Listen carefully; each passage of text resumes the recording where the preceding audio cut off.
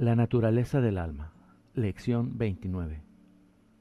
El papel del alma como mago y la rotura y reconstrucción del Antakarana. 1. La naturaleza del alma para crear formas. 2. El velo sobre los secretos de la creatividad consciente debido al episodio Atlante. 3. La violación Atlante del plan. 4. La gran invocación. 5. Las leyes del proceso creativo. 6. El uso de la luz, sonido, color y vibración esotéricos.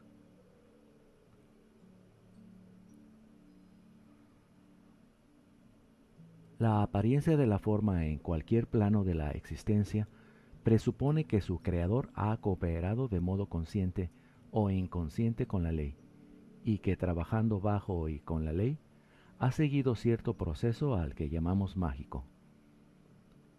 El proceso resulta en la aparición de una forma, donde antes no había forma alguna.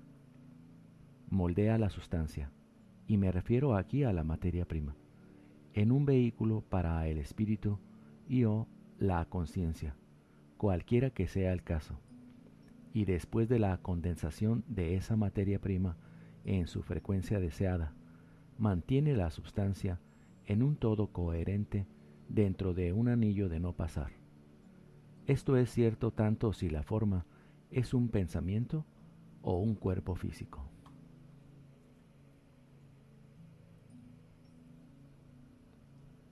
Debido a que ha existido un necesario velo sobre este asunto desde el periodo Atlante, encontramos que es mal interpretado por todos los estudiantes y discípulos en probación que trabajan en el mundo en la actualidad. Se demanda un claro enunciado de la verdad a medida que el nuevo ciclo de oportunidad se hace realidad. Es con este enunciado, de modo esencial sobre este tema, sobre el que este manual trata. ¿Por qué se titula entonces este curso La naturaleza del alma? Porque está en la naturaleza del alma el crear formas. Porque el alma es el mediador entre el espíritu y la materia. Porque el alma es el mago. Antes de que sea sabio proceder al desenvolvimiento de la verdad sobre el proceso creativo, es vitalmente necesario hacer alguna consideración sobre la causa de su presente condición.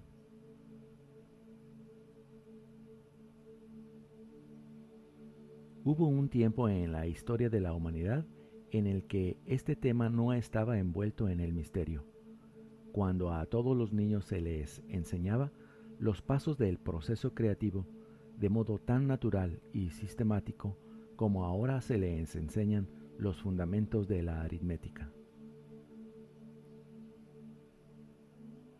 ¿Y por qué no? Esta es la herencia divina del hombre, es la razón de su ser, el propósito lógico que subyace al lugar de la humanidad en el esquema de las cosas. El hombre nació para crear, para construir formas en las que la conciencia de Dios pudiera manifestarse. ¿Qué pudo haber sucedido en el largo transcurso del tiempo y de la historia para haber causado que la humanidad perdiese su derecho divino? ¿Cómo fue que se le pudo denegar su lugar en la vida y a asuntos del logos del que es una parte inseparable? Debe de haber cometido un crimen casi imperdonable contra la vida, y así fue.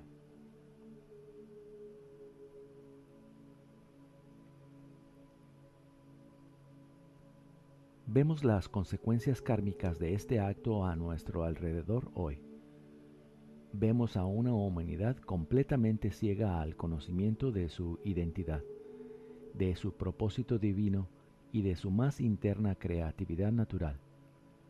Vemos a la humanidad inmersa en el miedo al monstruo que ha creado a partir de la substancia, una humanidad sufriente y aislada a merced de ese monstruo, privada de la clave de la sabiduría, que es su única esperanza de libertad.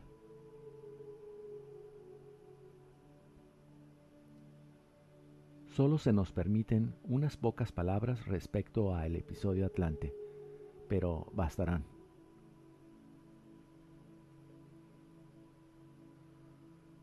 Cuando un hombre crea una forma a partir de la sustancia, está usando la economía de la vida en la que él vive. No altera su composición, pero altera la relación entre espíritu, materia y conciencia. Cuando la hace violando el plan de la vida una, crea una perturbación dentro de toda la esfera, planetaria e incluso solar, que le pone fuera de tono, por así decirlo, con la vida en la que él vive. Así, su propia relatividad es perturbada, su propósito frustrado y su crecimiento temporalmente detenido. ¿Es esto karma planetario? Debe serlo, pero aún así tenemos que examinar la parte que la humanidad ha jugado en esta precipitación kármica para extraer un balance de ello. Contemplemos de nuevo el papel de la humanidad en el esquema de las cosas, para averiguar con claridad su propósito y la violación de este propósito. La humanidad, como hemos dicho muchas veces, es el centro de la garganta planetario, el centro a través del que la palabra logoica resuena. Esa palabra, el alma y posteriormente la mónada en su propio plano, es creativa. Crea las formas en las que nuestro Dios se manifestará. Mirando desde otra perspectiva, vemos a la humanidad como el cerebro del Logos. Cada ser humano es, entonces, una célula en el cerebro de la vida una. El Logos, o la voluntad directriz, transfiere su propósito y plan vía el corazón de su ser, la jerarquía, a su cerebro para su condensación en la forma. La humanidad toma para sí ese propósito y plan, lo recrea en la forma y le da apariencia a la luz del día.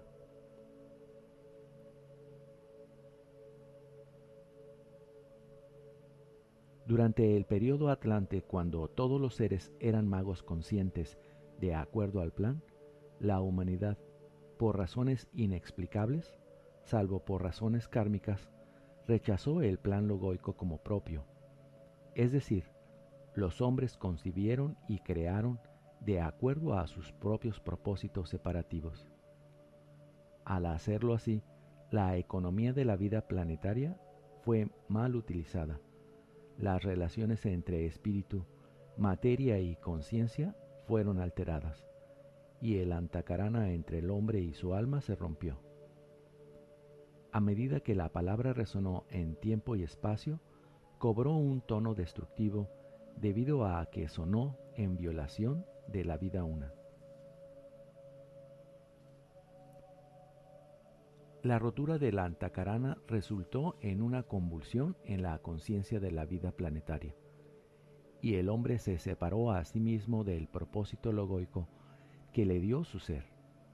En otras palabras, rompió su propia relación con Dios.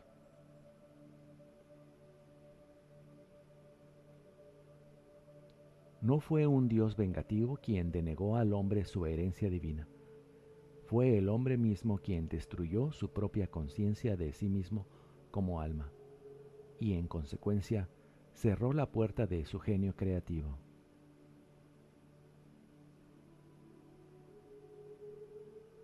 El resultado de este acto vino en la forma de un cataclismo que borró la civilización atlante. El cambio violento de la superficie de la Tierra, la inundación de áreas densamente pobladas y el decaimiento gradual del conocimiento del hombre y del proceso creativo no fueron sino reflejos externos de la terrible convulsión que tuvo lugar en la conciencia del planeta mismo.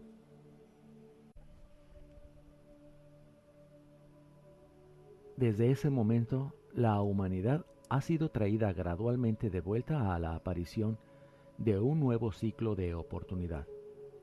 El Antakarana, no solo entre el hombre y su alma, sino entre la jerarquía y la humanidad, está siendo reconstruido por aquellos discípulos en el mundo que conscientemente sirven al plan.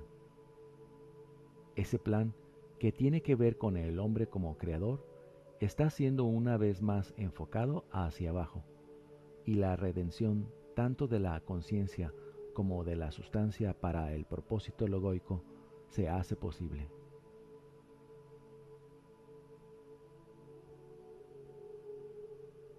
Así, el desvelamiento de los misterios procede de acuerdo a la ley, pero con esta advertencia específica: dejad que el genio creativo sea dirigido hacia la exteriorización del plan de Dios en la tierra. Se sugiere que el estudiante sincero considere la forma meditativa la gran invocación para una mayor clarificación de lo anterior.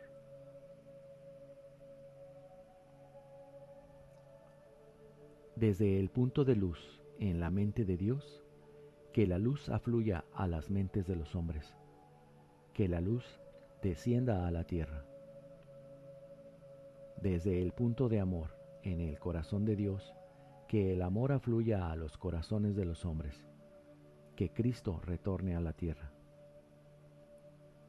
Desde el centro donde la voluntad de Dios es conocida, que el propósito guíe a las pequeñas voluntades de los hombres, el propósito que los maestros conocen y sirven.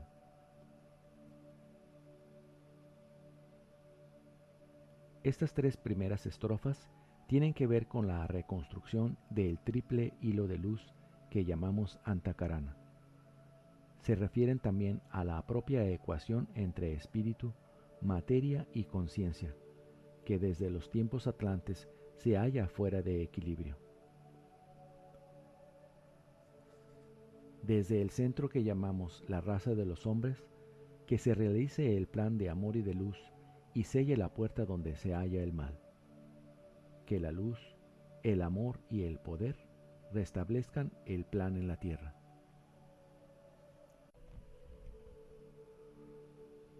Estas últimas son autoexplicativas en la conciencia del que ha intuido la verdad en el texto precedente. Las leyes que tienen que ver con el proceso creativo conciernen a 1. La iluminación de los tres. Nos concierne aquí la ecuación entre espíritu, materia y conciencia. ¿En qué relación deben situarse estas tres para producir una manifestación del plan?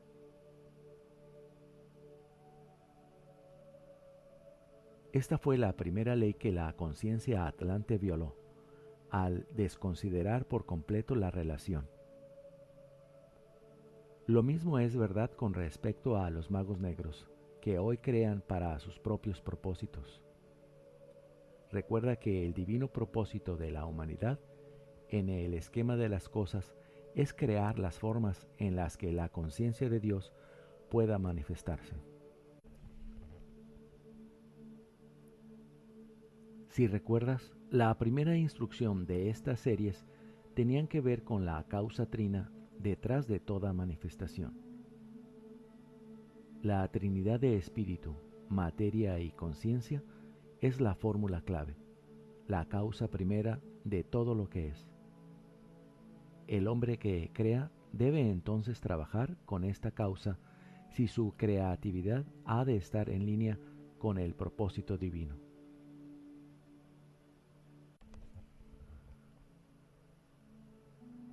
Como almas conscientes, somos el mediador entre espíritu y materia.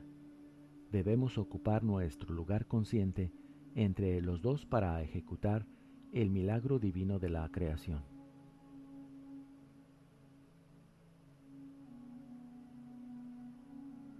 Hacemos esto mediante nuestro alineamiento consciente y el enfoque dentro del triángulo causal del planeta manifestado.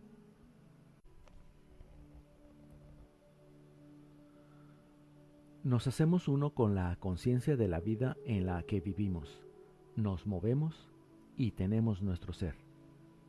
Entramos en su meditación. Igualamos espíritu y materia según su plan. Y procedemos a partir de aquí con la construcción de la forma en la que tal plan se manifestará. De esta manera, establecemos la necesaria polaridad en la que la conciencia de Dios pueda manifestarse.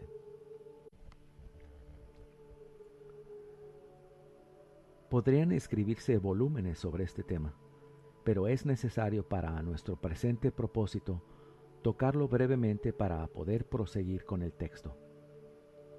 Por lo tanto, exhorto a cada uno de ustedes a considerar este concepto en la meditación y expandirlo hasta reconocer la profundidad y alcance de su significado.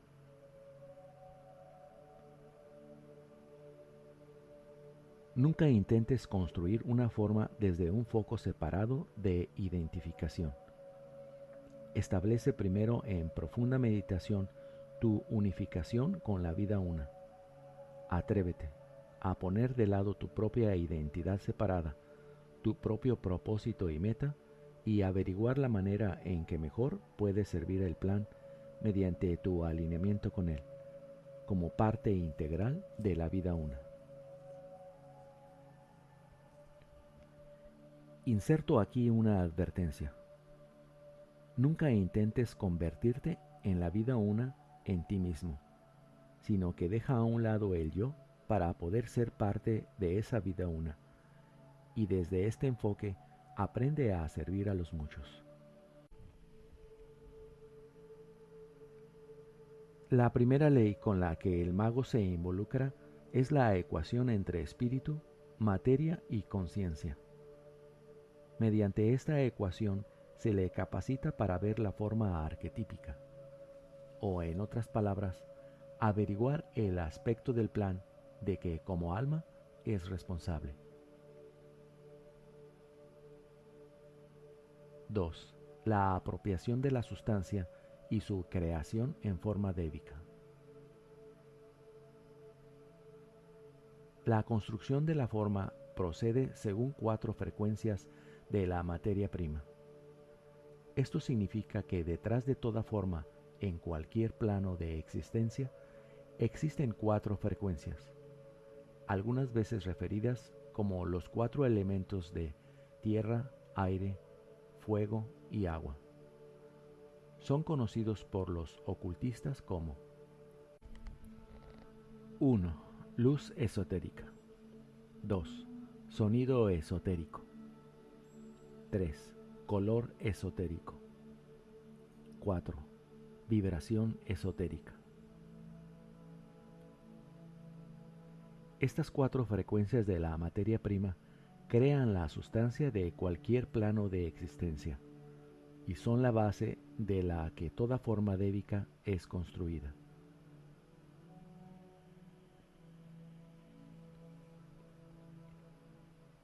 El mago debe apropiarse de estos 4 elementos y en la adecuada combinación construir la forma débica en la que el plan pueda ser llevado a la manifestación externa. Miremos a la forma manifestada en sí misma. Detrás de la apariencia física está la forma débica, física etérica. Detrás de este deva están las 4 frecuencias de materia etérica llamadas tierra, aire, fuego y agua, o luz, sonido, color y vibración, combinados de tal forma como para producir un deva etérico de cierto tipo.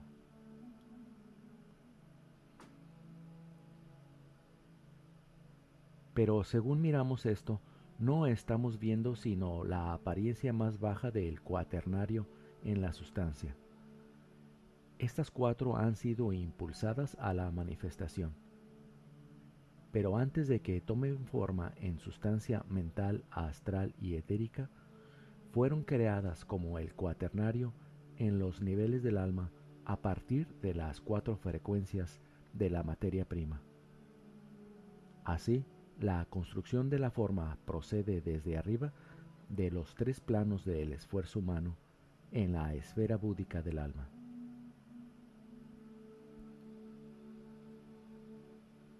Una vez que la forma es construida, es impulsada hacia abajo por el alma a pasar a la manifestación externa. Trataremos esto más tarde. De momento, intenta aprender el significado de la instrucción contenida en esta lección, recordando que todo el trabajo descrito hasta ahora es llevado a cabo por el alma en su propio plano de intereses.